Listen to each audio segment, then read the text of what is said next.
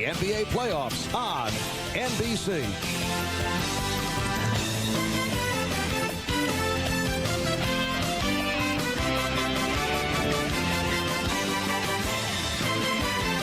Christian Javier brings it. There it goes.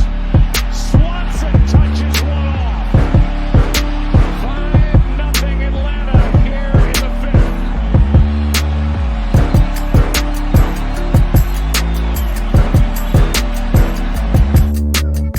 6 seconds. Murray hits it downfield. It is. Oh, it's caught. It is caught. DeAndre Hopkins.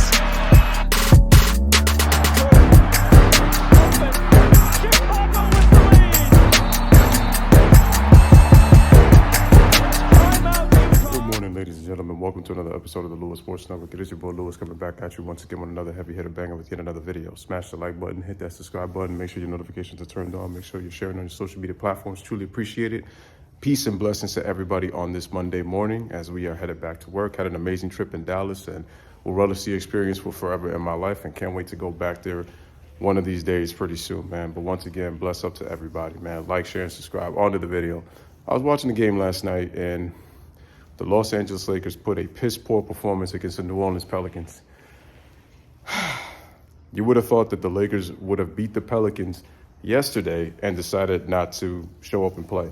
As a matter of fact, how about the fact that the Lakers found themselves double digits at the half and Brandon Ingram didn't even play his best game? And then not only that, but then they give up 44 points in the third quarter after being down by 11 at the half. The Lakers were down by 30. And then check this out. You know they're gonna put Russ as the scapegoat because he only had 1 assist and 7 turnovers, right? But we're not even gonna talk about the fact that LeBron James had 3 assists and 7 turnovers, even though he had 32 points. And they contributed to 14 of the team's 22 turnovers. As a matter of fact, they had 14 turnovers in the first half. And then there was a play somewhere in the third quarter where DeAndre just threw it to the 20th row. And I said, what is this, man? I said, this is unbelievable. I said, the Lakers, they're not, they just have given up, showing no heart. The team doesn't play defense. Frank Vogel, you could talk about his rotations all you want, and you could put some of the blame on him. But again, this goes back to the front office. This is their fault because they decided to bring LeBron James, bow down to his demands, and this is why the roster is constructed the way it is, and this is why that they're losing, let alone the top of the fact of the injuries. They should have never let Caruso go. They should have never let JaVale McGee go. They decided to break up with the team prematurely. You look at Ariza's old, so he can't really contribute anything.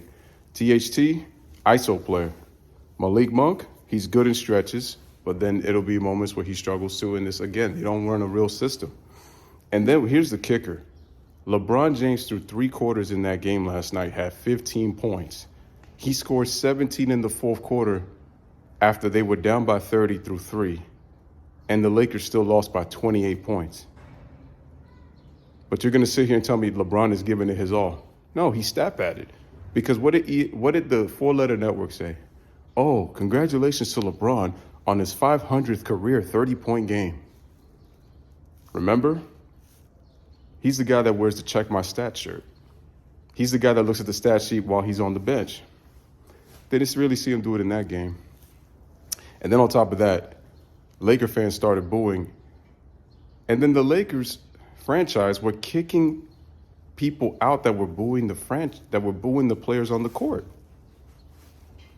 And it wasn't really loud, but it should have been louder. And it's like, you know, that was just a piss poor performance.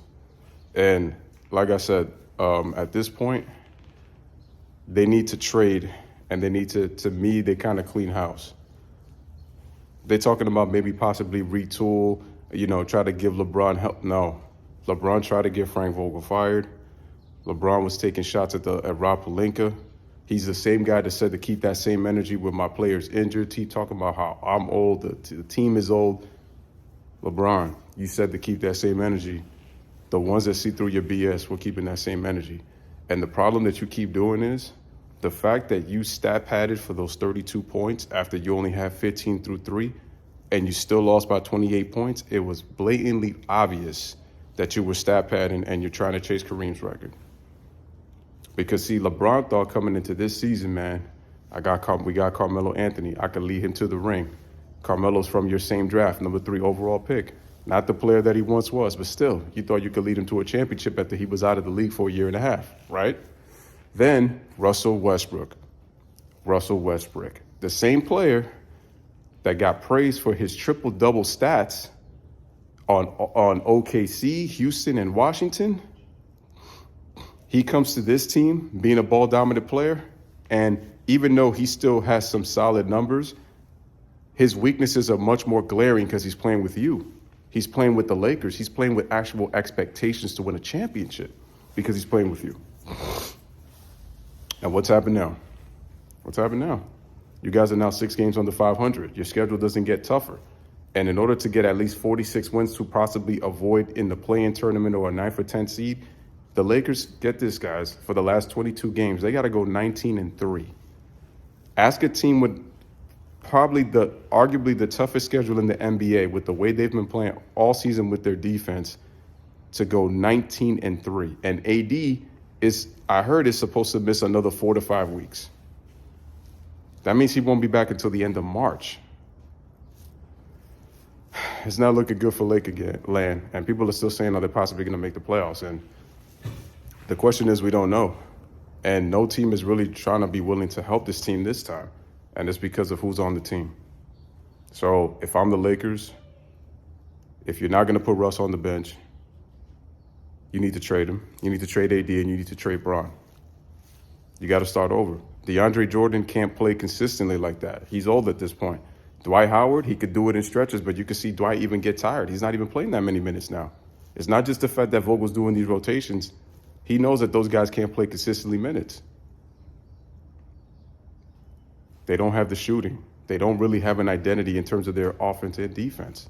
So because of that, one of their bright spots is Austin Reeves, but that's just about it. Malik Monk, like I said, he was playing in good stretches at some point, but it's like now he's kind of struggling and kind of folded. THC, he really hasn't been good all year. The best game that he played was against, I think, the Utah Jazz, and he had a decent game against the Clippers, but the Lakers lost back-to-back. But you know what? The media, they're not going to mention it. See? Could you imagine what the media is going to do when Bron breaks that all-time scoring record? For his case being the GOAT, and I told y'all, Bron is about individual moments. He's not about the team. He didn't get what he wanted at the trade deadline, and now it's coming to backfire him. But ladies and gentlemen, these are just my thoughts. Lakers lose to the Pelicans, 123-95. Let me know what your comments in the comment section. Bless up, live, laugh, love. Thank you guys for watching. So many times, and I just wish they would just stop. You know what I mean? Just stop. I mean, he was, Michael Jordan, I'm Kobe Bryant. I mean, we're 2 different players, and I wish people would just let it go. It really annoys me because you can't compare